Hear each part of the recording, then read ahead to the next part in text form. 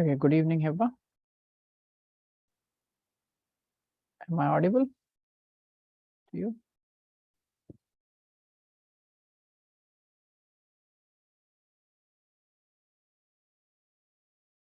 Arifat, you are not audible to me if you are speaking. Yes, sir. Yeah, okay, cool. So what we will be doing is we'll go through chapter 6 and chapter 7, which we have to do today as part of this revision. And then we'll go to some previous year's NEET questions. And because now your boards also constitute of MCQs, right?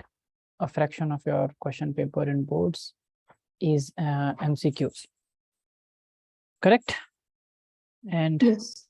yeah, and if you see, most of the times those MCQs are either from previous year's questions that has come in NEET or from NCERT. So it is a good way to prepare for both the boards and entrances. Okay, so anyone has any doubts from genetics chapter 6 and evolution chapter 7?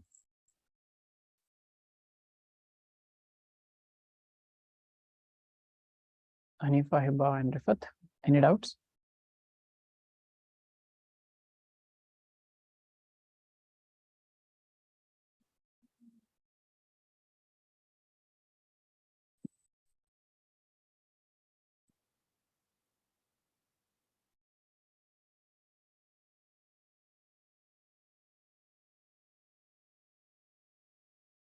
Okay. So let's go to, so I'll go through some important concepts quickly, and then we'll come to the questions. Okay. That's how we'll proceed today. So in this chapter, molecular basis of inheritance, which is followed by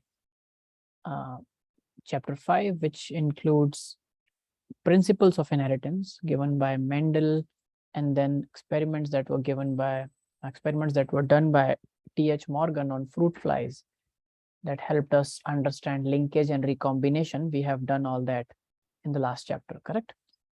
So in this chapter, basically, we are going to the molecular level of inheritance to understand what is which molecule is important or is the reason for inheritance of characters.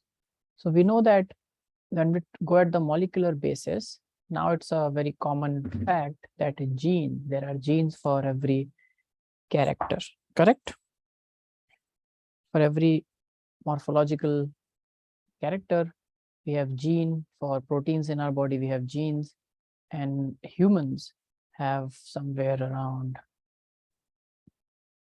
28,000 genes, right? Which is, as we will discuss in this chapter, which is very less as assumed by the scientists of the time when Human Genome Project was being done. We were expecting that humans will be having a lot more genes, somewhere around 80,000 to 150,000, but we ended up figuring out that humans have only 28,000 genes, which was like a surprise. But then we realized that humans, being one of the most evolved organisms, still do not have the most number of genes when it comes to the number.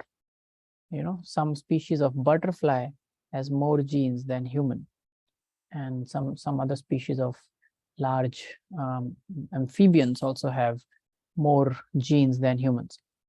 So what is happening here? Why do humans who are so complex have less genes? So it was realized that it may not be just the number of genes that make an organism complex or much evolved, but it is also how these genes interact with each other, or how these genes are expressed spatiotemporally. Okay, so it is also the expression and interaction pattern. So what becomes more important then is some special class of proteins called transcription factors. Okay, genes called transcription factor genes. So these give an organism complexity, not just the sheer number, but the interaction between the genes. But at that time, no one knew that what is the molecule which is the reason of inheritance. So we figured out what it could be first. We know that it was DNA. And I think in this chapter, we will also figure out how DNA was found to be the genetic material, right? So just a quick revision of the DNA, what you see here. Anyone would like to explain this quickly? Just summarize it. Anifa or Heba? Good evening, Donna. How are you? Good evening, sir. I'm fine. How are you? I'm good.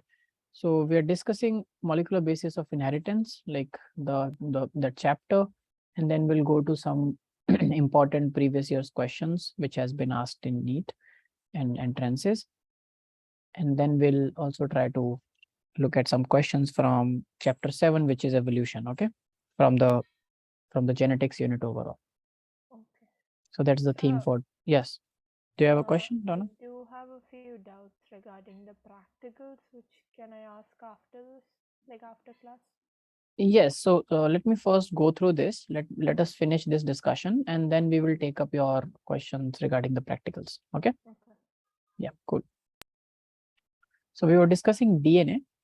So as you can see on the board here, so DNA, known as deoxyribonucleic acid, it's a long polymer of deoxyribonucleotides.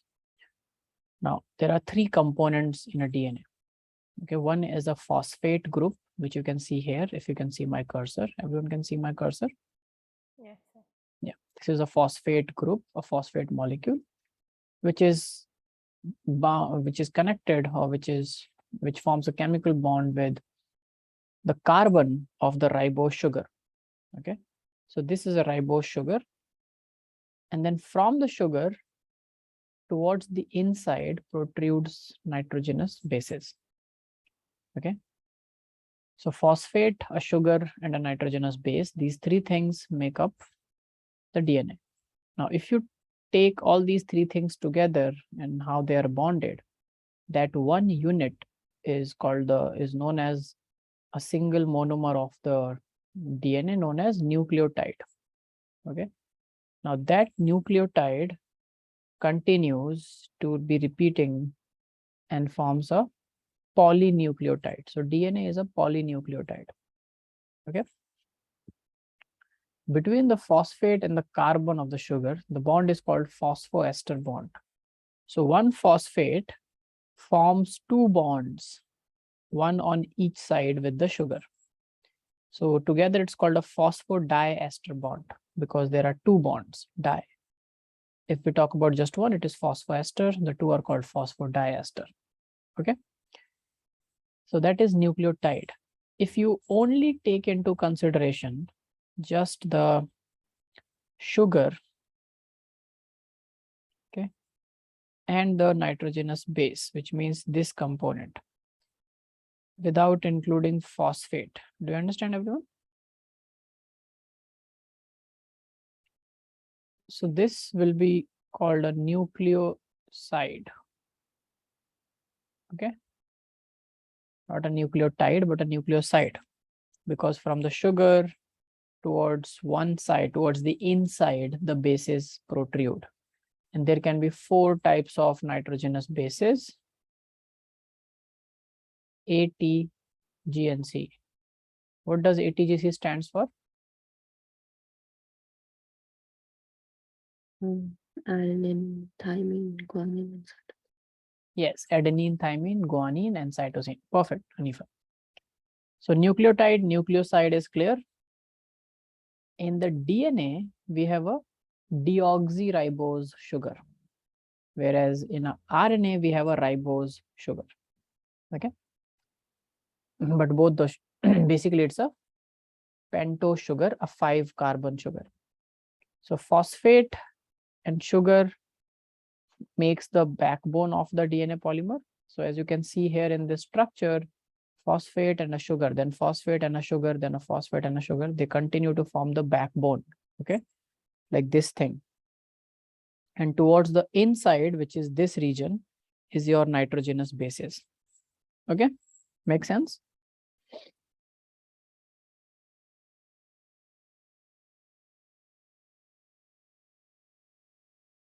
Is it clear, everyone?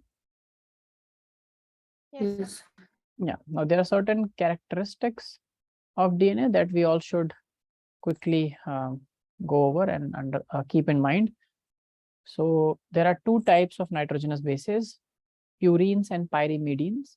So adenine and guanine, A and G, are purines, and pyrimidines are C and T, cytosine and thymine. Uracil is also pyrimidine because it is a slightly modified form of thymine only.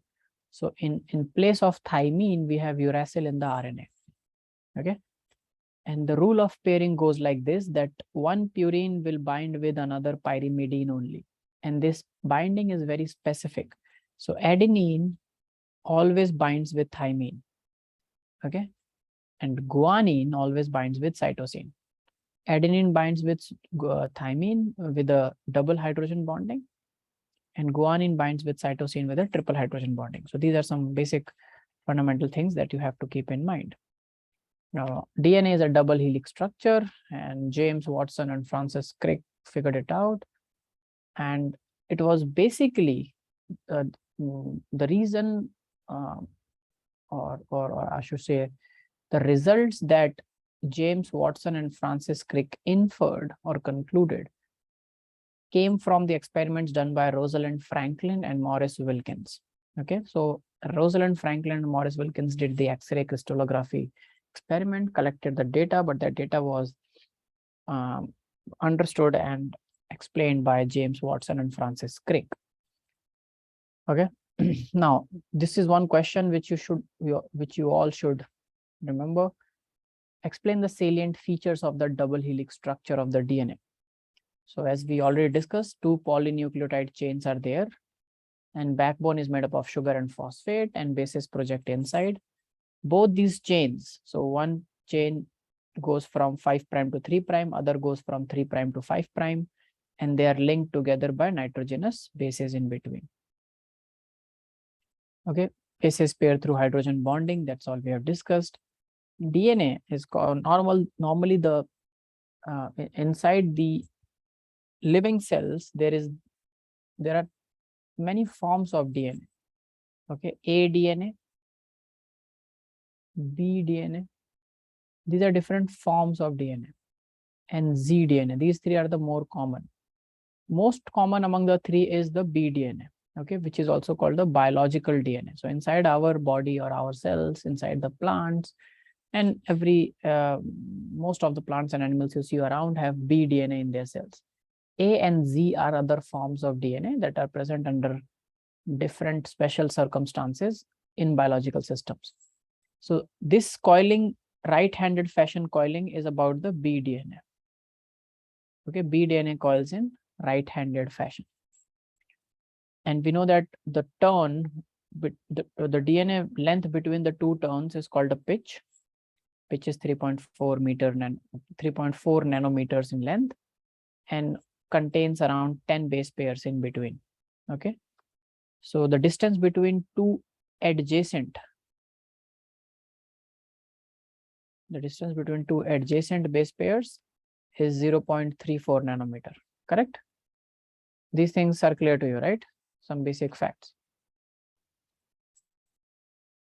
Yes, sir. Cool. Now, we also discussed about central dogma of biology in this, which is simply the flow of genetic information in biological system. And anyone would like to talk about this scheme?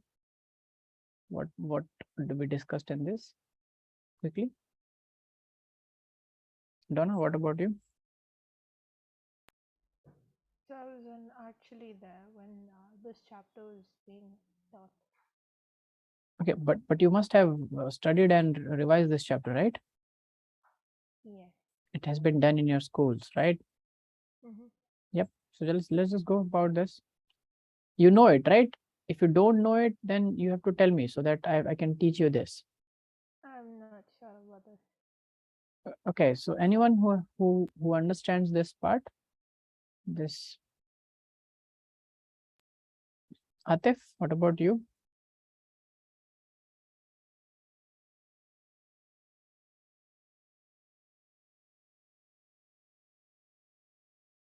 Hanifa?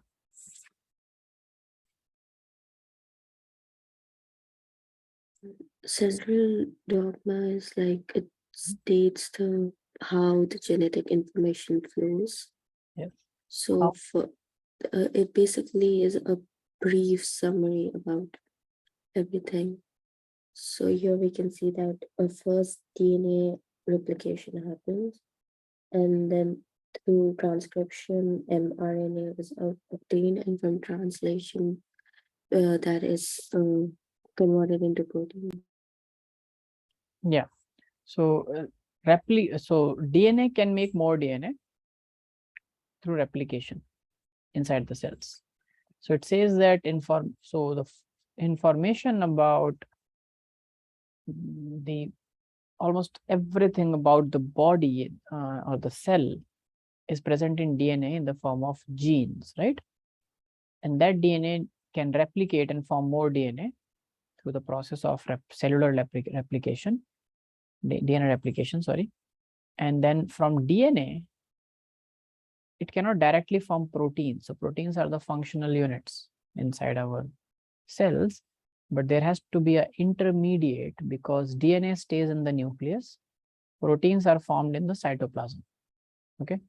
So this thing is in the nucleus.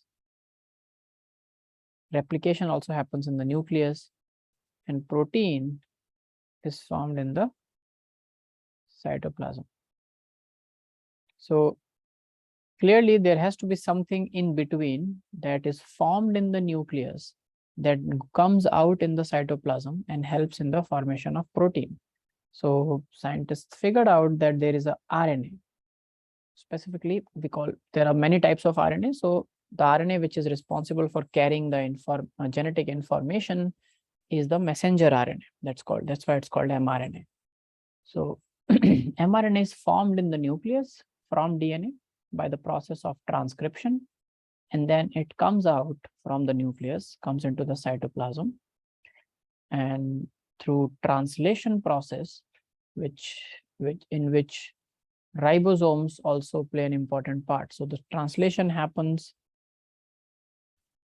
due to ribosomes, right? You remember ribosomes? They're called protein factories, right, of the cell. So ribosomes read the mRNA and make proteins in the cytoplasm. So this is the flow, how it goes. We also know that from mRNA, DNA can also be formed back. But this happens only in the presence of an enzyme called reverse transcriptase, which is present in some retroviruses. Okay. So these retroviruses are capable of doing reverse transcription. It is opposite of transcription. And they are able to make DNA back from a mRNA. Okay. So their genome, these retroviruses genome, is a RNA genome. Is it clear? They have a RNA genome. And when these viruses infect any eukaryotic cell, then first from the RNA, they make DNA, and then this DNA gets incorporated in the genomic DNA of the host organism or the host cell. Okay. So this happens through reverse transcription. But it is not possible that you can figure out or make a mRNA back from proteins. Okay, there's no such machinery. Now the question is why from proteins information cannot backflow to a mRNA. From mRNA we can make proteins, as much protein as the cell wants. But why can't from proteins mRNA be made?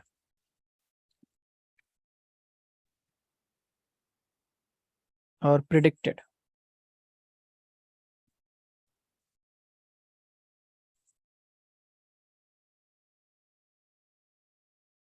It's a question, people. Anyone? Come on, at least try.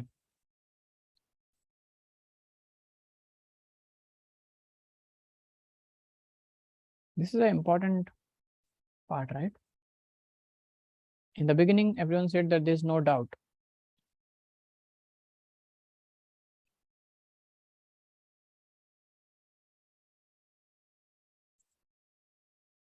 Go back to your notes. If you haven't, tell me. Why is it difficult to predict? Or even in your NCRT, this question has been discussed. This question has come in school examinations a lot. The question is, why can't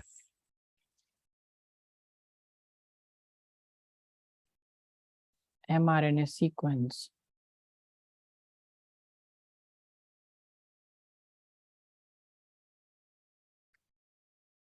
be predicted?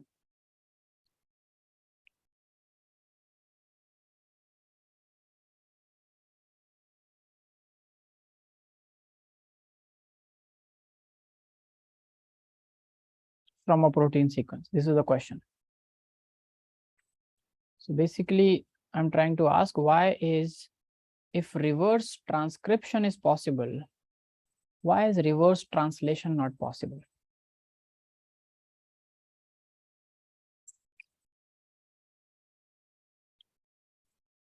Anyone found the answer? Sir, Yes, Donna. I'm not sure if it's correct, but is it Mhm. because there are more than one codon which can code for the same amino acid? Exactly. That is the correct answer. It's the reason is we call that the property that you talked about is called degeneracy of codes. So all the codes are degenerate. Okay, so it's called genetic, the property of genetic code. One of the property of genetic code is that genetic code is degenerate, which means more than one genetic code can code for the same amino acid. So by looking at the code, you can tell that which amino acid will come next in the chain of protein.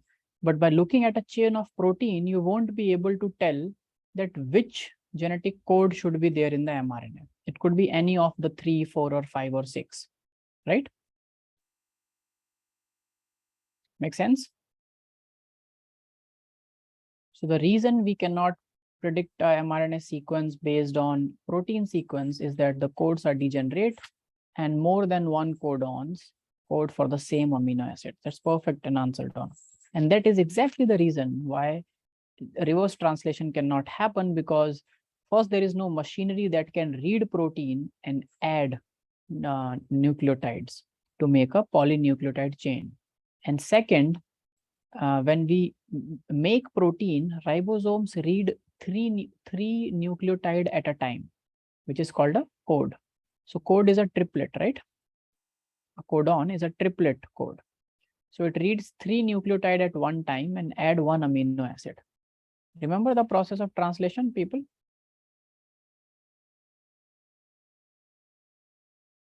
So there's no machinery where you can read one amino acid and then can add 3 nucleotide. And even if you could do so, even if a cell could do so, the cell will not know which one to add, okay? Because there are multiple codons that codes for the same amino acid. So that's why it's not possible it is not possible that the backflow of information can happen from proteins to mRNA inside the cell. Is that clear, everyone? Yes, sir. Perfect. Good answer, Donna. Thank you, sir. Yep. Then we talked about packaging of DNA, and we know that the theme, the take home message from this part is that DNA is super condensed. It is called a highly condensed or a super condensed molecule present inside the nucleus, because DNA is very, very long a molecule, but it is present inside a very small space called the nucleus inside the cell. So it has to be super condensed. And that condensation happens by binding the DNA over and over again on proteins called histone proteins. So they are the DNA binding proteins, and DNA is a negatively charged molecule or a negatively charged polymer, and histones tends to be a positively charged molecule. So DNA can easily bind over histones, and a long thread of DNA can be compacted in a small space. It's just like spooling a thread. So if you see a spool of thread, so it's a very long thread that we just condense and keep in a very small space, correct? Yeah, so this was the sequence of DNA supercoiling. There's a naked DNA. At the second level, it becomes a nucleosome. And what is a nucleosome? Nucleosome is where DNA is bound on these histone octamer, this histone protein. So this one unit where there is a histone core protein and a H1 histone and DNA is bound over it is called a nucleosome. From nucleosome, it becomes chromatin, and chromatin looks like BOS, beads on string structure. So this is a chromatin where it looks like there is a bead on string. If you look under the microscope, it looks like bead on string structure. Okay, not under normal microscope, but under electron microscope. And then from beads on string structure, nucleosome, it becomes chromatin fiber, and then these fibers become chromosome. So chromosomes we can see under normal microscope in our cells. Okay, so chromosome staining is also you can do. So you can take your own cells from your body, cheek, anywhere, cheek cells, and you can stain your chromosomes. So you will see in a human cell, there will be 23 pairs of chromosomes. So what we see is a supercoiled form. But once we open it up in the form of a naked DNA, we cannot see it under the microscope. Okay. Even not under an electron microscope, you can see a single thread of DNA. And then we discussed that chromosomes, which are supercoiled DNA structures, have dark and light regions. If you stain, so chromosomal staining, when we do, we find that some regions are stained darker. So we basically use the dyes which go and bind to DNA. Okay, and at some regions we find that the staining is very dark. In some regions the staining is light, which simply means that in some region the DNA is bound very, very tightly. It's packed very tightly. That's called heterochromatin. Okay, where the DNA is very tightly packed. And heterochromatin is transcriptionally inactive region. So it is so tightly packed that for transcription, the machinery, the molecular machinery that is required to make mRNA from the DNA, it cannot reach that region. Okay. And with the light stained region, which has loosely packed chromatin fiber, is called euchromatin. And euchromatin is transcriptionally active region. So here transcription can occur. Now, based on this, this is one reason why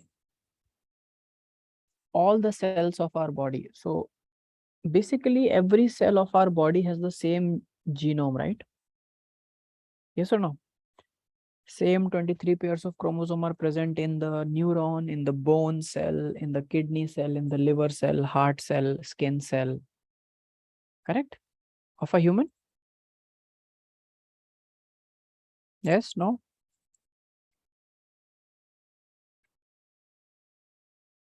Are there same genes present in every cell of our body? Or are there different genes present in different cells of our body?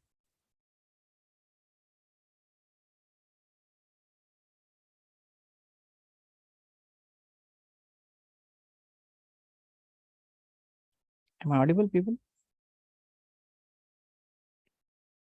Yes, sir. Yeah. So do all the cells of our body carry the same gene or they carry different genes? They would carry the different gene. And where does those different genes come from? So we have more than 3 trillion cells So where does these 3 trillion different genes comes from? All the cells of our body are made from one single zygote, right? After division. Yes. So our life start as a one single cell when a sperm and a ovum fuses together. So clearly all our cells contain the same gene, right? Same 23 pair of chromosome and same 28,000 genes are present in each and every cell of our body. Is it clear? Yeah. Then how come the cell of a liver is so different from cell of a skin, and cell of a skin is so different from a neuron, brain cell, and that is so different from a kidney cell? Carrying the same genes, carrying the same number of chromosomes, everything is same. It's a human cell. Then why we have hundreds of different types of human cells?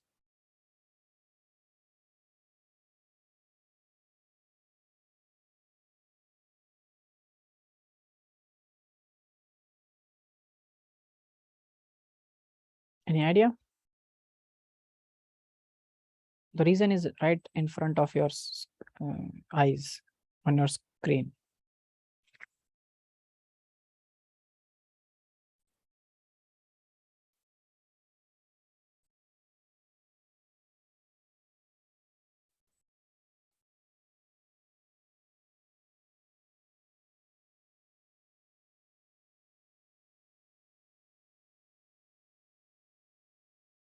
It is because in different cells of our body, different regions of DNA are heterochromatized and euchromatized.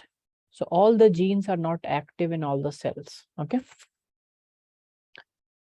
So that makes different cells of different tissues different from each other in their morphology and in their function.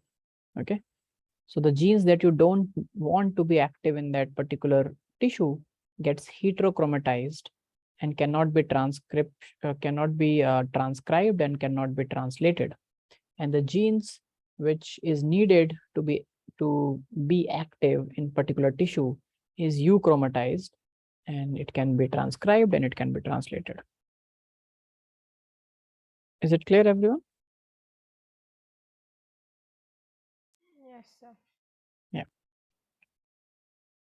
Very good. So with this, I will stop here. This was the molecular part. And before we go to the experiments that were done to figure out which, or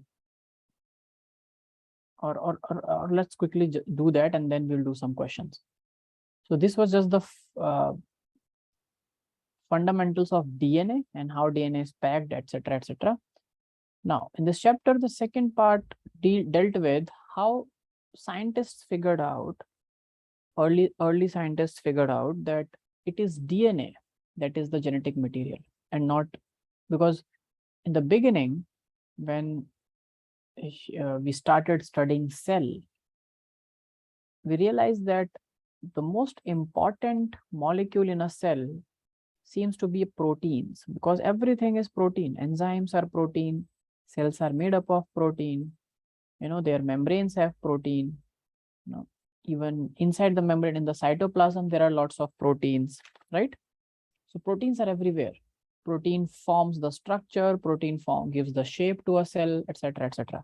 So everyone thought that the genetic material, or the material that passes from one cell to another or one organism to another, could also be a protein. Okay. So the hunt started. So what is that molecule? If it is a protein, which protein? If it is not a protein, then what? So the first set of molecules the first set of experiments that shed light along this direction in science was done by Griffith. And Frederick Griffith did an experiment which was called transforming principle of Griffith. And the model system he used was the bacteria Streptococcus pneumonia. Okay, it's also called pneumococcus. So Streptococcus pneumonia, which is a pathogenic bacteria which causes pneumonia, was used. And he knew that there are two different strains of this bacteria. One is called the S strain, and one is called the R strain. Now S strain is smooth and shiny, and it is smooth and shiny because it secretes a polysaccharide on its membrane. Okay, so and this polysaccharide is like, it kinds of give the toxicity to the bacteria, and the rough colonies or the rough bacteria, which is the R strain, does not have these polysaccharide molecules, and hence they are not toxic. So if you put a R strain inside a mice, because experiments can be done on mouse, so if you inject R strain bacteria inside a mice will die. But if you inject a S strain, if you inject a S strain, the mice will die. But if you inject a R strain, the mice will not die, which tells us that S is lethal, R is not. Okay. Next, what he did, so this was not very surprising. In fact, this we already knew. Then he thought, okay, let me do one thing. What if I boil the S strain bacteria first? So when you boil bacteria, that's called heat inactivation or heat killing. That's why we say that we should, if you have any infection in the body, you should boil the water and then drink it. Boil and cool down and then drink it. So boiling kills most of the bacteria, almost all the bacteria which are present in the water. Okay. So when he heat killed S strain, now what will you expect? S strain is a lethal bacteria, but when you will heat killed and then inject that bacteria in the mice, will the mice die? No, the mice lives, right? So here also, it's not very surprising. It's okay. So because this bacteria is killed, so mice lives. But this was the most interesting part of his experiment, where what he did was he made a mixture of heat killed S strain bacteria. Now remember that when S strain heat killed was injected alone, the mice did not die. And he mixed it with R strain bacteria, which were live, not heat killed. Now again, remember that R strain anyways is not lethal. So if you inject R strain, mice again will not die. So both of them injected alone does not kill the mice. But when these two were mixed and injected in the mice died. Okay. And not only this, from the mice which died, he then recovered the live S strain. Now this was very interesting. There was no live S strain injected. There was a R strain that was injected live. S strain were all killed, but he recovered S strain live and the mice died. Now there could only be one reason to justify this, that the R strain got transformed into S strain after taking some part of the genetic material of the S strain, correct? Because once the bacteria which is dead cannot come back to life. You agree? Any organism, when it is dead, cannot come back to life. But that dead organism, if can pass on the genetic material to another bacteria, then that R strain can transform into S strain. Because the only difference between R strain and S strain was the gene that helped the S strain to form polysaccharide coat. That's why they were S, smooth. Is that clear, everyone? Yes, sir. So this was the first experiment that made scientists think that, okay, there is some transforming principle that can be inherited from one organism to another. But through this experiment, he could not answer what that thing is, whether it's a molecule of protein, whether it's a lipid or any other molecule, DNA, RNA, what it is. So then what happened is, there were 3 scientists called Avery, MacLeod, and McCarthy. So what they did, that they did the experiment again, what Griffith did after many years. they repeated Griffiths experiment. And this time, because after many years, in fact, many decades, I think, the technology to the technology to, what do you say, screen the intracellular components was there. So you can actually figure out which component is what. Is it a protein, a RNA, a DNA, or what molecule? So they figured out that DNA, every time then that they are adding DNA from one bacteria to another, the bacteria is transforming. When they are adding protein from one bacteria, or when they are adding lipids, the R strain is not transforming into S strain. So they said that it can be DNA, but then people did not accepted that as a proof, because their experiments were not very clean or very well explained, I will say. So if the same experiment you do today, it will be a great experiment with all the controls, but because it was a new approach at that time, it was not very well accepted. So that was a time when biology was being explored and being established, and people still used to believe what they used to see. Okay, so if you cannot see something in biology, in the beginning, they will not accept it. So then came Hershey and Chase, Alfred Hershey and Martha Chase. These two brilliant scientists devised an experiment where they thought that, okay, let us give them some visual proof. Now, the visual proof was that they used bacteriophages. Bacteriophages are viruses that kills bacteria. They eat up bacteria. So they took bacteriophages, cultured bacteriophages, and while culturing, to one group of bacteriophages, they only provided radioactive sulfur. To another group, they only provided radioactive phosphorus.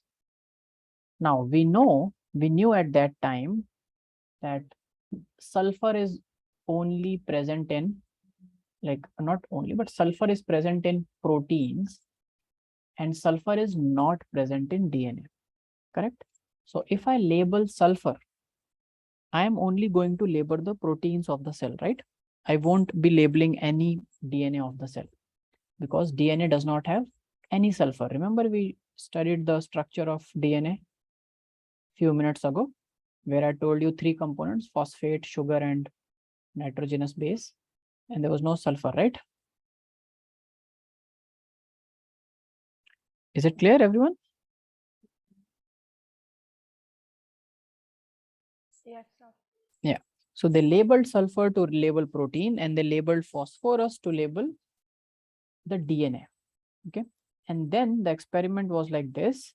They allowed these bacteriophages to infect a E. coli bacteria, and then see, after infection, they centrifuged that whole solution. And due to centrifugation, the heavier cells, which are the bacterial cells, will deposit at the bottom. And because viruses are very small particles, they will stay in the supernatant. Now, all you have to check is from which part of the solution now, from which part of that tube now, you are getting a radioactive signal. If you are getting the radioactive signal from the supernatant, in the case where you only labeled sulfur, this means that what stays in the supernatant is the protein. Okay, so they did not get any signal from the cells in the case where they only labeled sulfur and they labeled protein, right? But where they labeled phosphorus, they found that the signal is coming from the bacterial cells, radioactive signal.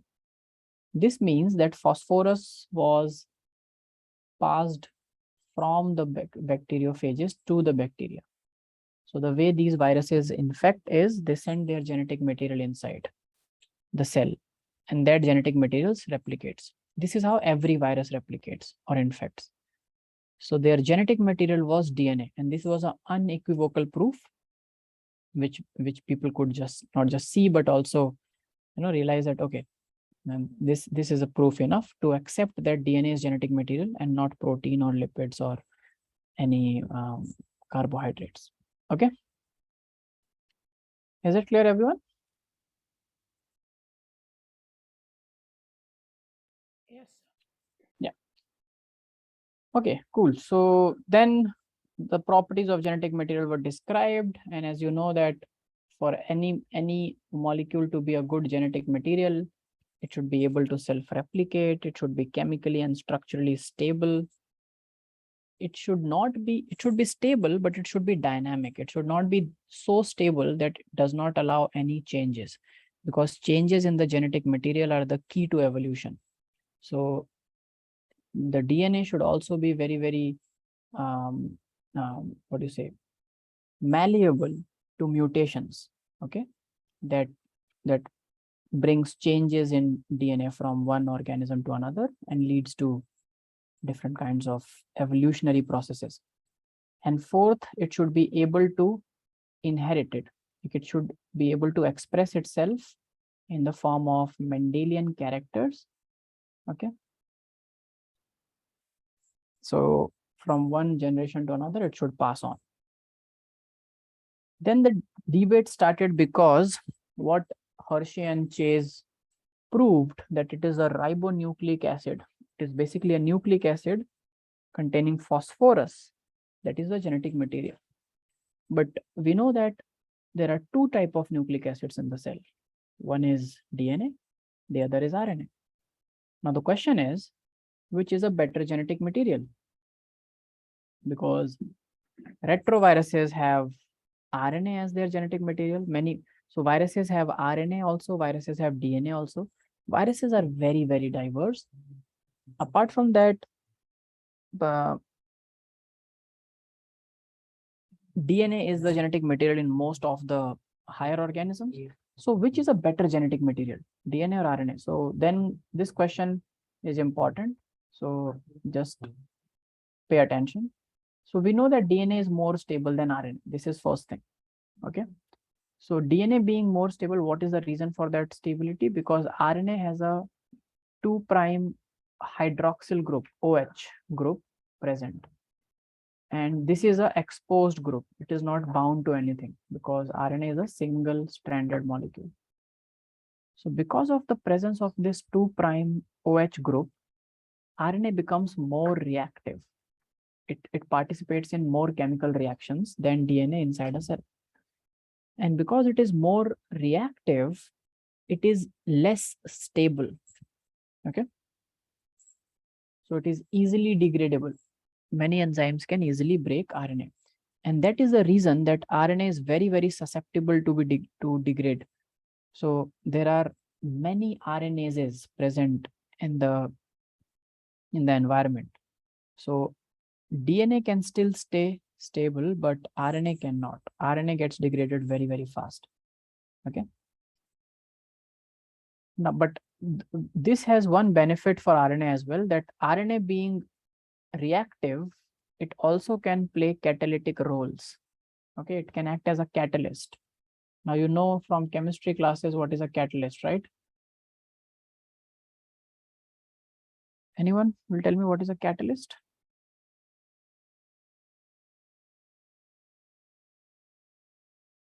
From your chemistry lessons?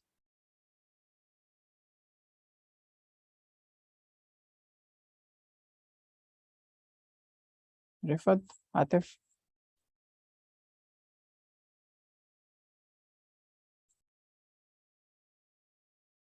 Catalyst. I'm sure you have studied catalyst in chemistry. You cannot study chemistry without studying catalysts. In almost every organic chemical reaction, you keep a catalyst at the top of the arrow.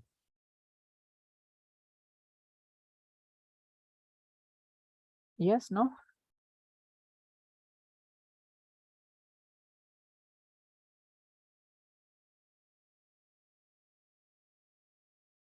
Okay. So a catalyst is a molecule that enhances the chemical reaction. Okay. or regulates or modulates the chemical reaction without participating in the reaction itself or without getting used up in the reaction itself. Okay.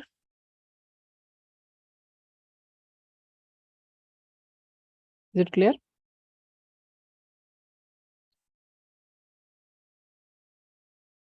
Yes. Am I audible, people? Yeah. So inside living system also, there are biocatalysts and they are called enzymes. So all enzymes make reactions happen inside, biochemical reactions happen inside the cells, and they're called biocatalysts. RNA has this ability to be catalytic, to have catalytic properties. So when RNA acts as a catalyst, they are called ribozymes. Okay. Enzymes plus ribonucleic acid, ribozymes. Second thing is DNA is less reactive and structurally more stable. So that's why DNA is a preferred molecule to act as a storage of genetic material. So if you say which is a better genetic material to store information, it's DNA. But if you say that which is a better genetic material to propagate or to transfer that information, then it's RNA. That's why from DNA, RNA is transcribed and then it converts into a protein. Okay, because RNA mutates at a faster rate. So now we know that there was a RNA world in the beginning. So RNA was the first genetic material and there are evidences for it. And what are the evidences? It's written here. And please read this. Anyone would like to read this? Donna, would you like to read the evidences for RNA as genetic material? Yes, sure. The first one, essential life processes like metabolism, translation, protein synthesis, biochemical catalyst evolved around RNA.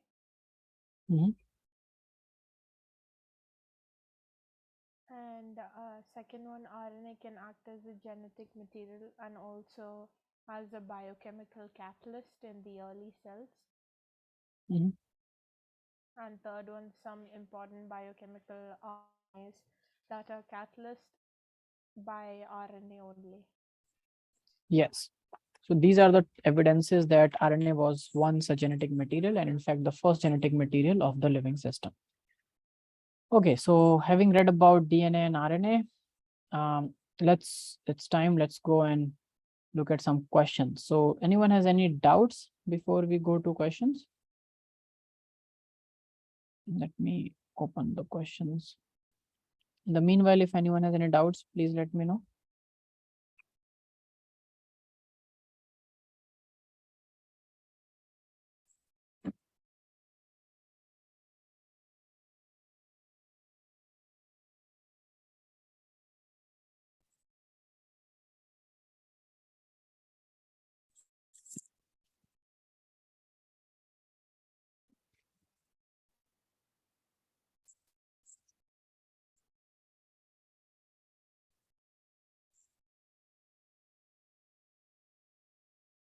Any questions, people?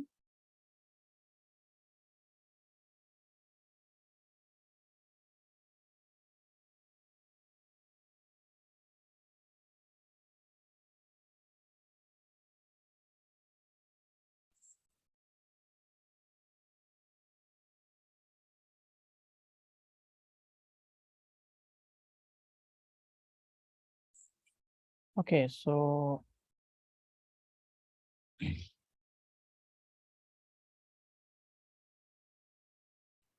let's do some questions then.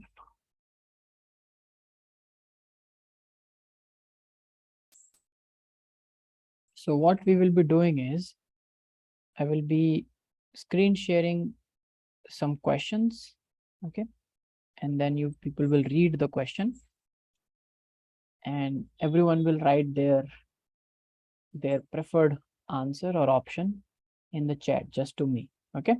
And you'll get 90 seconds to do so for every question.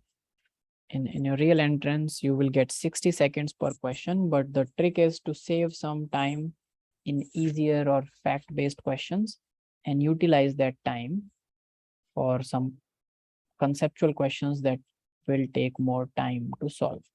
So we are starting with molecular basis of inheritance today. Can you all see the screen that I am sharing?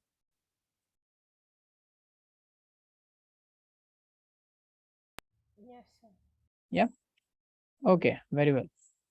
So, and you all can also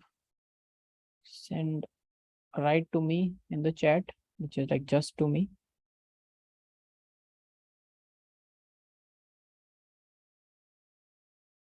Okay, let's see this. Okay, so let's start with the first question as a test. So I will ask someone to read the question and then you all will write your correct answers in the chat box. So Donna, would you like to read the first question just as a test? It is a very easy question. We just discussed it right now. Yes, sir. Yeah. The final proof for DNA as the genetic material came from the experiments of A. Hershey and Chase, B. Avery, MacLeod, and McCarthy, and C. Hargobind, Khorana, and D. Griffin. Yes, quickly. Send your answers in the chat just to me. Yes, correct. Heba and Donna. Right answer.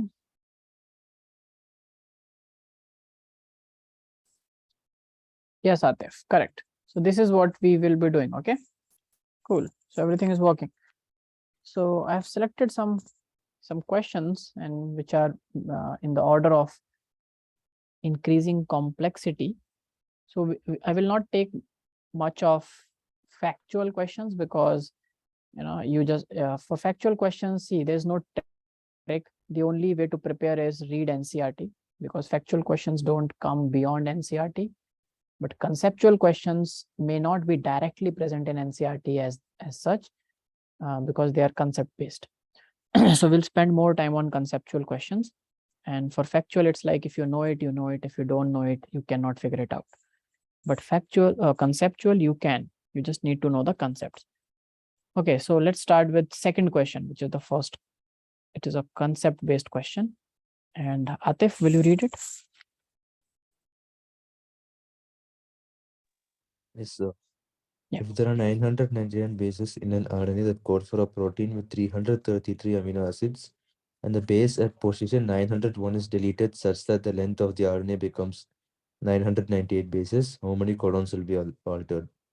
11, 33, 333, 1. Yeah. Your answers.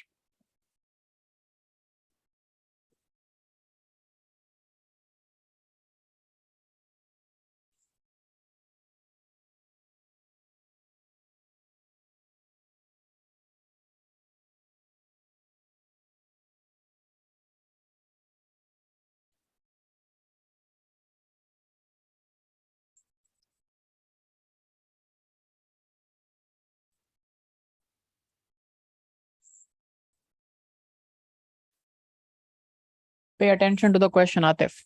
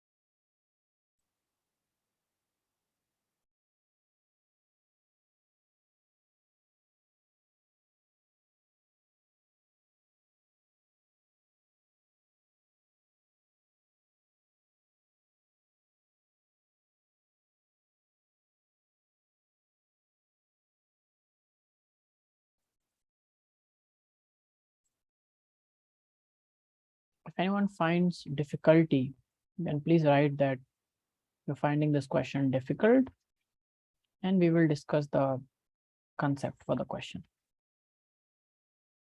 Yes, that is the correct option, Atif. So you realize why the first option you chose was wrong?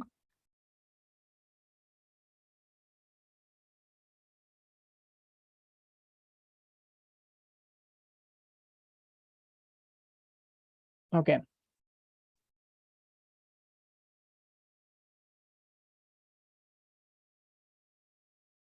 Hiba, I'm waiting for your answer.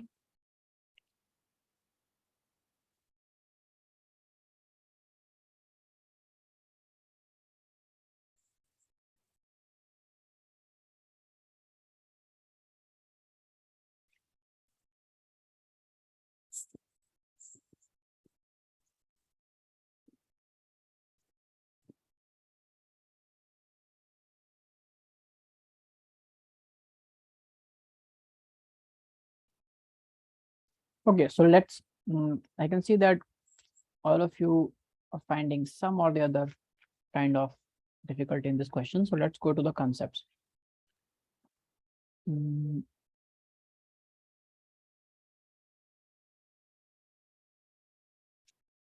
the question says, if there are 900, just 1 second, let me annotate it. Let me use a draw tool. So see, there are 999 bases, correct? Everyone can say that? Yes. And we know that how many bases code for like one amino acid? 3 bases, correct? 3 bases code for one amino acid, correct? Yes or no? Yes, sir. So because the code is a triplet. So if there are 999 bases, how many amino acid it will code for? 333. Simple. 999 divided by 3. So they have written it in the question itself. Now they are saying the base which is at position 901 is deleted. So if you are going in amino acid chain and forming amino acids, and if at so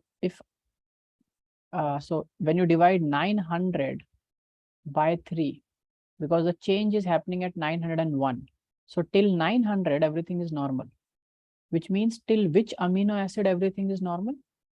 900 divided by 3, 300. 300, which means 300 amino acids will be normal, no problem. It is the 901st position that is deleted.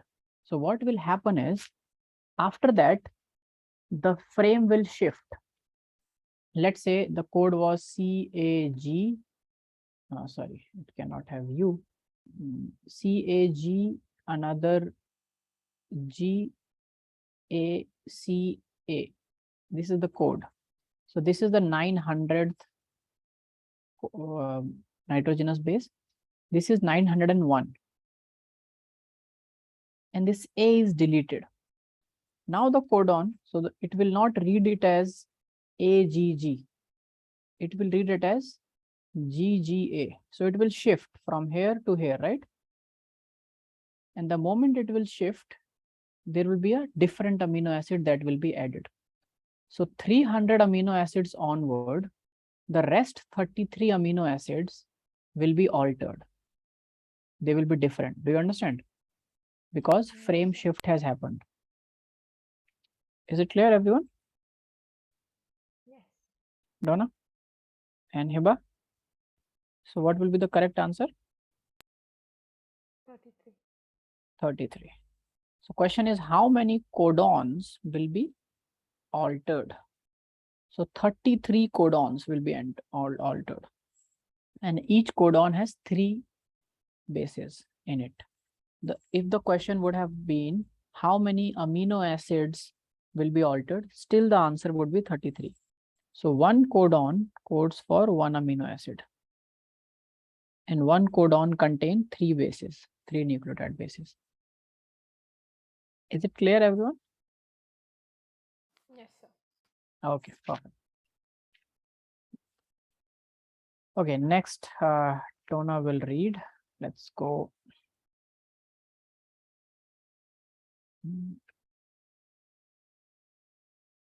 Okay, great. Can you also, I think is it misbehaving for all of you?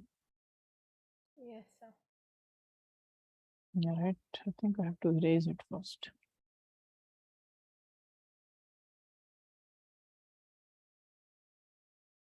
Okay, no problem. Can't save it. Perfect. So now let's go to question number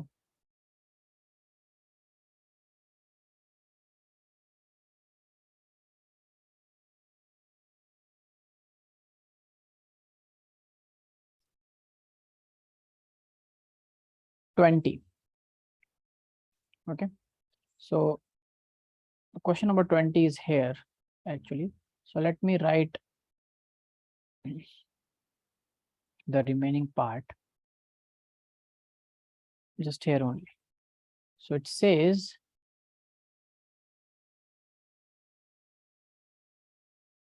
that in any organism, so the question is about sea urchin, but in any organism, C is equal to 17% of the total genome, which means C is cytosine.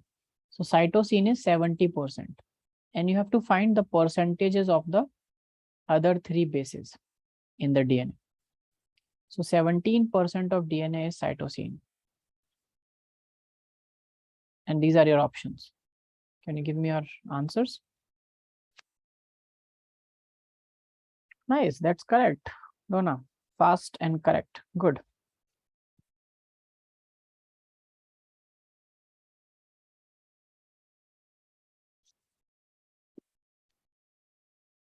Atif.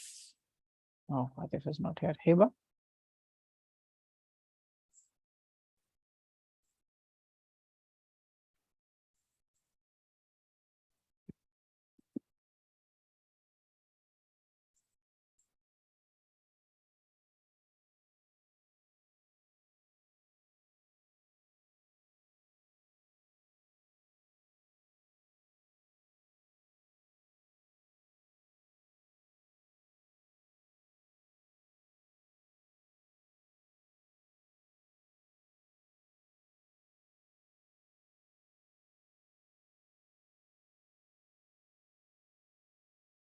Yeah, so both of you gave the correct answer. And the answer is A. So if 17% is cytosine, the rest 17% will be guanine because guanine forms a bond with cytosine. So 17 became how much? 34. The rest 66% will be A and T. And again, you will divide that 66 by 2, 33 and 33. So A is the right answer. I hope this is how both of you did it, right? Yes, sir. Correct. There's actually a question in my exam. Was it? Oh, great. Great then. So that's how conceptual questions are asked. Okay. Now let's go to some increase. Let's increase some difficulty. Question number 24. Will you read it? Hiba, can you read question number 24?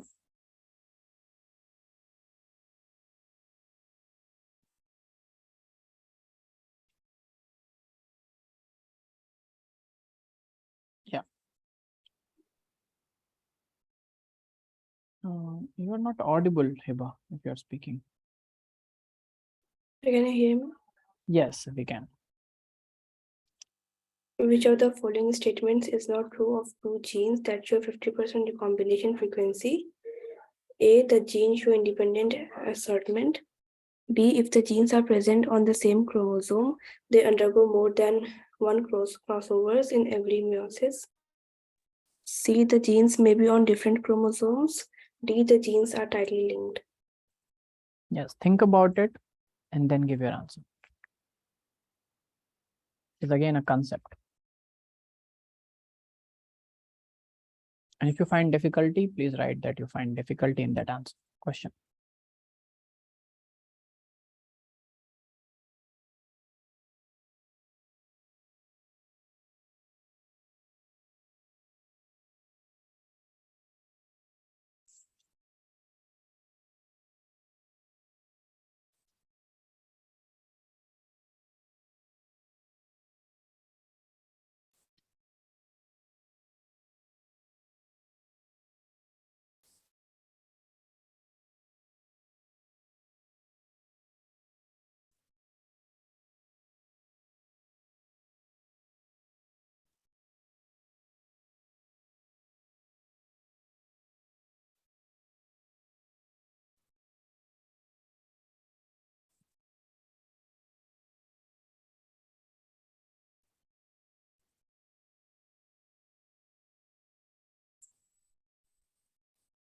So it is asked which is not true.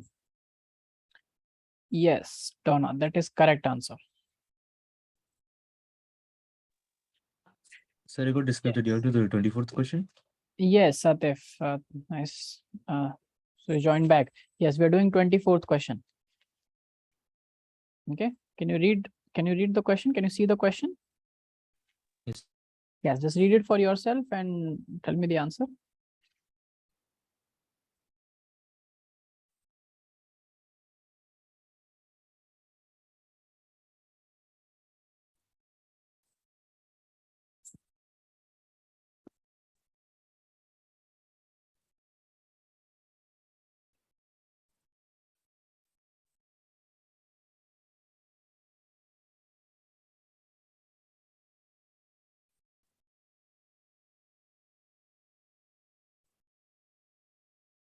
Sir, can you explain this question?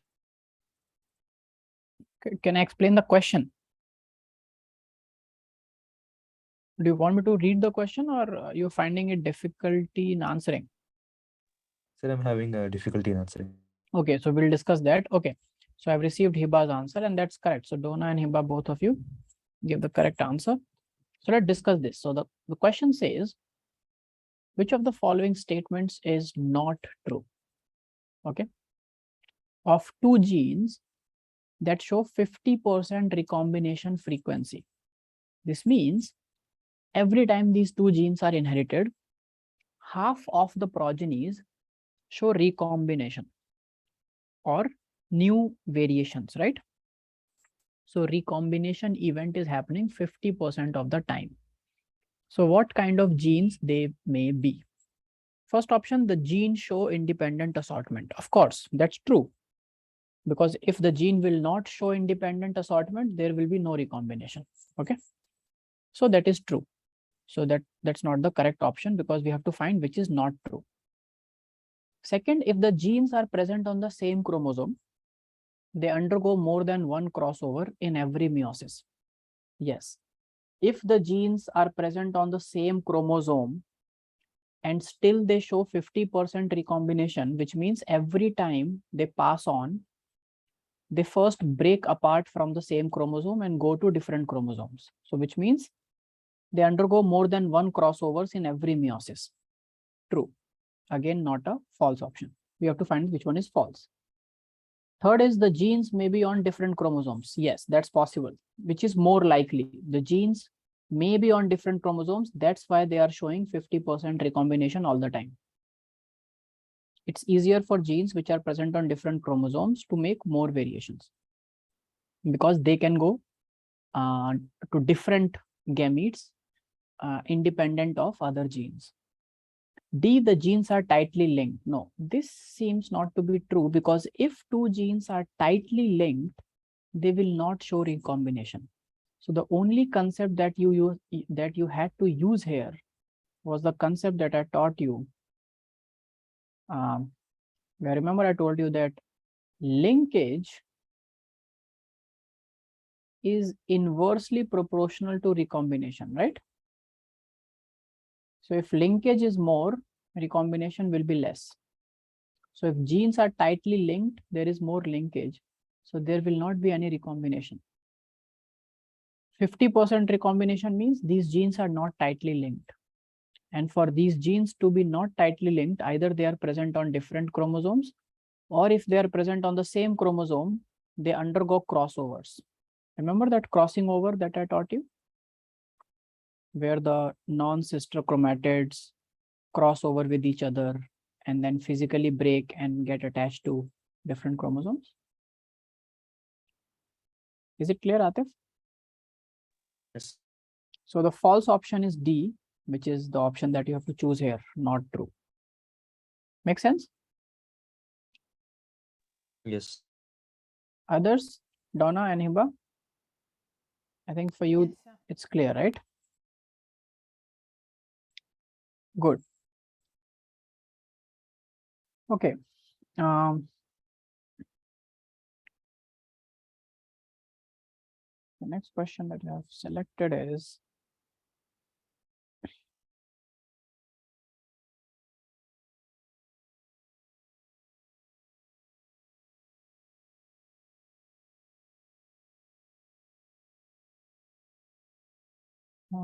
another.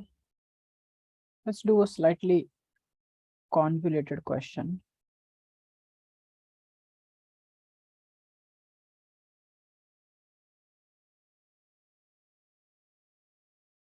Yep.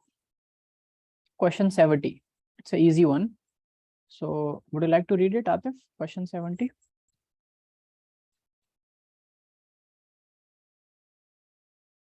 Yes, sir. During transcription, if the nucleotide sequence of the DNA strand that is being coded is ATACG, the nucleotide sequence in the mRNA would be TATGC, TCTGG, UAUGC, and UATGC. Yep. Quickly. These are the questions where you have to save time.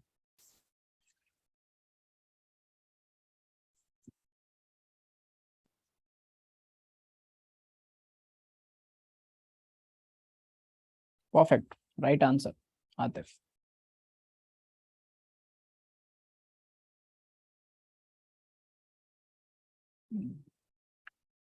Donna, there is one concept that you are missing here. Look at what they are asking. Read the last line again. Oh, yes.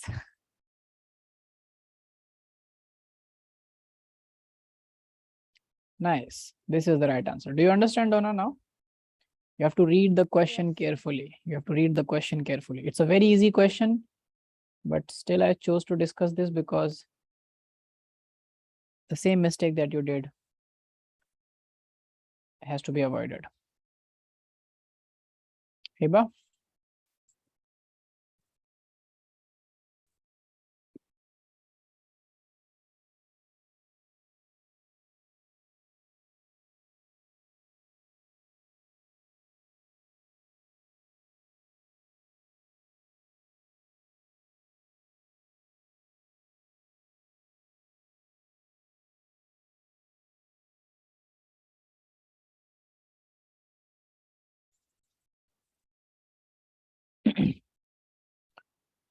Are you there, Hiba?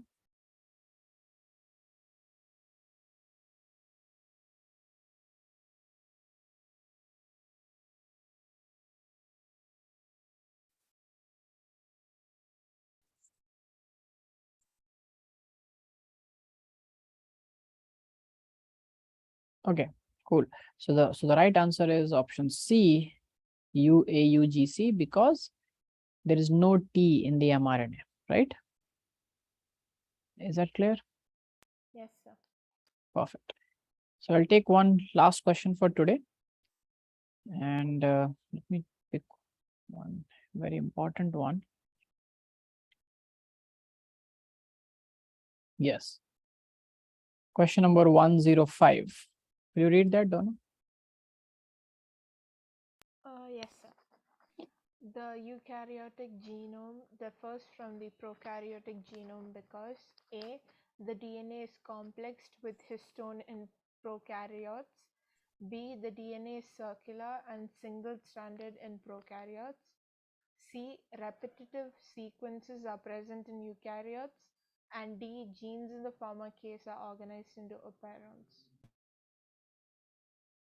Yes.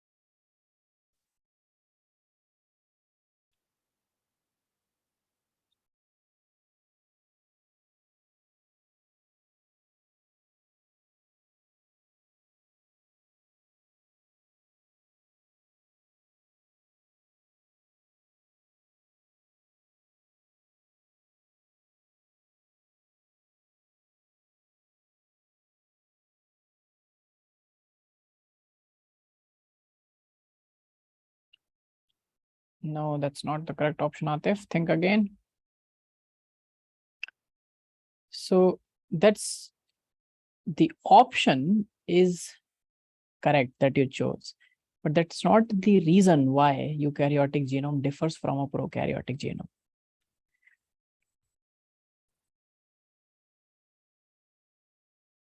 Yes, Heba, correct answer.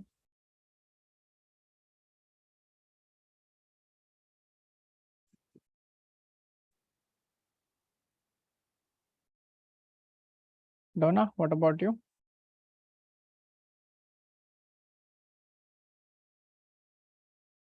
So be quick. We have Hassan sir joining. Hassan sir, I will just take 30 more seconds.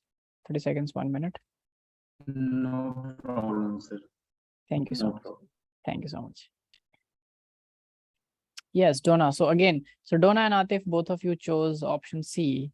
But the point is, option C is correct that repetitive sequences are present in eukaryotes more than they are present in prokaryotes. But that's not the reason why eukaryotic genome, that's not how eukaryotic genome differs from prokaryotic genome. Okay. So repetitive sequences can also be present in a prokaryotic genome for that matter. So that's not entirely true. It differs because in prokaryotes, there is one single DNA present. So in every bacteria, there is only one single chromosome, which is circular. So the DNA, because there is no nucleus, remember, nothing to protect the DNA as such. So the DNA has to be circular, and it is a it's in prokaryotes, it's single-stranded and circular circular DNA. Okay. So option B is the correct option. A, C, and D are not. So we'll continue doing such questions.